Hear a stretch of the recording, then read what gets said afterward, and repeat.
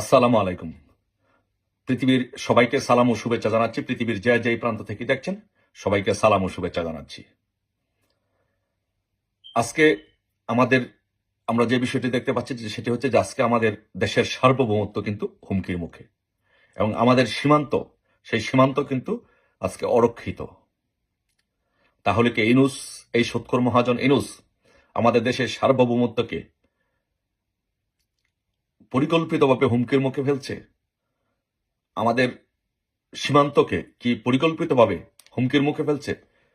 এগুলো নিয়ে আসুন আমরা বিশ্লেষণ করি কেন সে পরিকল্পিতভাবে আমাদের বাংলাদেশকে সার্বভৌমত্বকে হুমকির মুখে ফেলছে এবং সীমান্তকে হুমকির মুখে ফেলছে।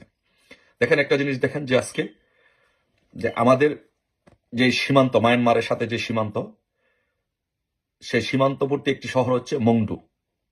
সেই মংডু শহর হচ্ছে আরাকান আর্মি দখল করেছে, নিয়ন্ত্রণে নিয়েছে। এখন সেই মংডু শহর আরাকান আর্মি নিয়ন্ত্রণে নিয়ে তার সাথে যে নাফ নদী আছে, বাংলাদেশের সাথে যে তার নাফ নদী, সেই নাফ নদীকেও তারা নিয়ন্ত্রণ করার চেষ্টা করছে। নাফ নদীটাকে আরাকান আর্মি ওইখানে নৌ চলাচল বন্ধ ঘোষণা করে দিয়েছে এবং এটাকে তারা তাদের নিয়ন্ত্রণে নিতে চায়। কিন্তু আমাদের ইউনূস সরকার কি করছে? যখন বঙ্গবন্ধু কন্যা মাননীয় প্রধানমন্ত্রী শেখ হাসিনা যখন ছিলেন, তখন তো এই বিষয়গুলো বাংলাদেশের 1 ইঞ্চি মাটিও উনি ছেড়ে দেননি এবং এগুলো ডিপ্লোম্যাটিক্যালি চমৎকারভাবে উনি হ্যান্ডেল করেছেন। পাশাপাশি আরেকটা জিনিস যদি আপনি দেখেন যে মাহফুজ, যে উপদেষ্টা মাহফুজ, সে একটি নতুন ম্যাপ নির্ধারণ করে এটি প্রকাশ করেছে। সেই ম্যাপের মধ্যে সে ভারতের কিছু অংশকে বাংলাদেশের অংশ হিসেবে দাবি করেছে। এখন একটি স্বাধীন রাষ্ট্র, স্বাধীন সার্বভৌম রাষ্ট্র যদি আরেকটি স্বাধীন সার্বভৌম রাষ্ট্রের অংশকে নিজেদের বলে দাবি করে, যেহেতু উপদেষ্টা মাহফুজ সে নিজে একজন উপদেষ্টা, সে যখন এই কাজটি করে, তার মানে কি হচ্ছে যে সরকার আরেকটি দেশের ভূখণ্ডকে তার নিজের দাবি করে সে নতুন ম্যাপ প্রকাশ করেছে। এখন যে স্বাধীন সার্বভৌম আরেকটি দেশ ভারত, এটা কি ছেড়ে দিবে? কখনোই ছেড়ে দিবে না। আমরা যদি এই কাজটি করি বা ওরাও যদি এই কাজটি করে, কেউ কাকে, ওরা যদি, ওদের সরকার যদি এই কাজটি করে, আমরাও কিন্তু ছেড়ে দিব না। তাহলে প্রশ্ন হচ্ছে যে কেন এই কাজগুলো করা হচ্ছে? পরিকল্পিতভাবে দেশের সীমান্তকে অরক্ষিত করে দেওয়া হচ্ছে, দেশের সার্বভৌমত্বকে হুমকির মুখে ফেলা হচ্ছে এবং আরেকটি দেশের সাথে কেন পরিকল্পিতভাবে একটি যুদ্ধ বাঁধানোর পরিকল্পনা করা হচ্ছে, যুদ্ধ বাঁধানোর চেষ্টা হচ্ছে কেন? এগুলোর কারণ কি? আর পাশাপাশি আরেকটি জিনিস যদি দেখেন যে বাংলাদেশে যে আর্মি, সে আর্মিকে কিন্তু ইনুস সমন্বয়কদের পাহারাদার হিসাবে ব্যবহার করছে। আর্মি তো সমন্বয়কদের পাহারা দেওয়ার জন্য বাংলাদেশে আর্মি হয় নাই। বাংলাদেশে আর্মির একটি গৌরবোজ্জ্বল ইতিহাস আছে, বাংলাদেশে আর্মির একটি নাম আছে, সুনাম আছে। তারা দেশে বিদেশে সুনামের সহিত তাদের দায়িত্ব পালন করেছে। কিন্তু সে আর্মিকে কি করছে ইনুস? সমন্বয়কদের পাহারাদার হিসাবে ব্যবহার করছে। আর্মিদেরকে দিয়ে বাংলাদেশে আনসারের যে ডিউটি আছে সেই ডিউটি করাচ্ছে। তাহলে চিন্তা করেন যে এই ইনুস আজকে বাংলাদেশের এই প্রতিষ্ঠানগুলোকে, বাংলাদেশের সার্বভৌমত্বকে কোথায় নামিয়ে নিয়েছে? সেনাবাহিনীকে দিয়ে আনসারের ডিউটি করাচ্ছে।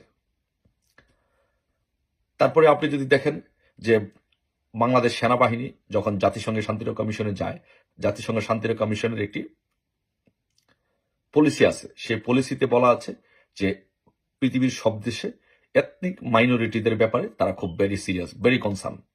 কিন্তু বাংলাদেশে এই সেনাবাহিনী, আর্মিদেরকে, সেনাবাহিনী এথনিক মাইনরিটিদেরকে প্রোটেক্ট করতে পারছে না।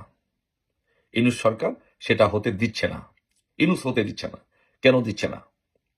এই পরিস্থিতি যখন হয়, তারপরে পাশাপাশি আরেকটি জিনিস দেখেন যে ভারত কিন্তু একটি কোন আঞ্চলিক শক্তি নয়, ভারত হচ্ছে একটি পরাশক্তি। ভারত হচ্ছে বিশ্বের মধ্যে একটি পরাশক্তি দেশ। এমন একটি পরাশক্তি দেশের সাথে কেন ইচ্ছাকৃতভাবে যুদ্ধ বাঁধানোর পরিকল্পনা করা হচ্ছে? এগুলো কেন করা হচ্ছে?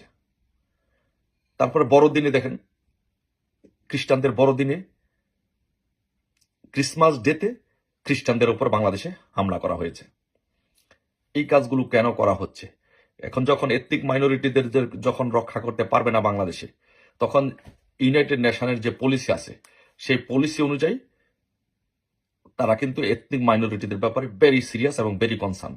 এবং এই জিনিসটি যখন এই রিপোর্টগুলো যখন প্রকাশ পাবে, এই রিপোর্টগুলো যখন প্রকাশ হবে, যখন জাতিসংঘে যখন এই রিপোর্টগুলো যাবে, অ্যামনেস্টি ইন্টারন্যাশনাল সহ অন্যান্য মানবাধিকার সংস্থাগুলো যখন এই রিপোর্টগুলো জাতিসংঘের কাছে পেশ করবে, তখন জাতিসংঘ কিন্তু বাংলাদেশের আর্মির ওপরে নিষেধাজ্ঞা দিবে এবং বাংলাদেশের আর্মি জাতিসংঘের শান্তিরক্ষা মিশনে আর আর্মি নিবে না। তার মানে কি হচ্ছে?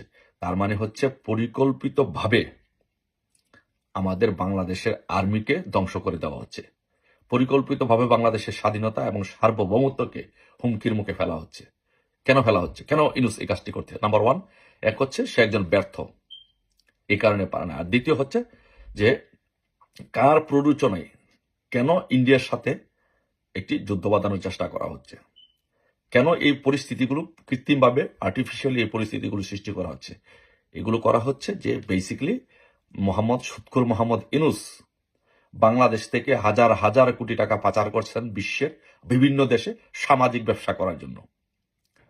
সেই সামাজিক ব্যবসা করার জন্য যে টাকাগুলো পাচার করছেন, সেই জন্য উনি বিভিন্ন দেশের সংস্থার সাথে চুক্তিভিত্তিতে এই কাজগুলো করছেন এবং একটা পর্যায়ে বাংলাদেশে এরকম একটা উদ্বুদ্ধ পরিস্থিতি সৃষ্টি করে একটা যুদ্ধ বিধ্বস্ত একটা দেশ হিসাবে বাংলাদেশকে পরিণত করে দেশটাকে একটা দুর্ভিক্ষের দিকে দিয়ে এই ইউনূস তার সামাজিক ব্যবসা করার জন্য মার্কিন যুক্তরাষ্ট্রে চলে যাবে, গিয়ে ইউরোপ সহ বিভিন্ন দেশে সামাজিক ব্যবসা করবে।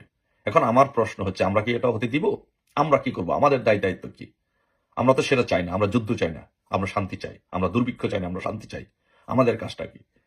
আমরা চাই দুবেলা ভাত খেতে, শান্তিতে বসবাস করতে, দুবেলা পেট ভরে ভাত খেতে, এটাই আমাদের কাজ। আমরা যুদ্ধ চাই না কোন দেশের সাথে।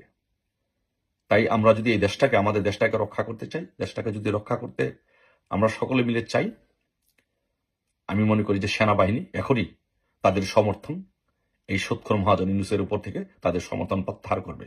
প্রত্যাহার করে বাংলাদেশের যে ঐতিহ্যগত গণতান্ত্রিক ধারা আছে, সেই গণতান্ত্রিক ধারায় বাংলাদেশকে ফিরিয়ে দিবে, বাংলাদেশটাকে ইউনূসের হাত থেকে রক্ষা করবে। আশা করি বাংলাদেশ সেনাবাহিনী সেই কাজটি করবে, আমাদের বাংলাদেশটাকে রক্ষা করবে, ইউনূসের উপর থেকে এই ষড়যন্ত্রের ফাঁদে পা না দিয়ে তার উপর থেকে সমর্থন প্রত্যাহার করবে।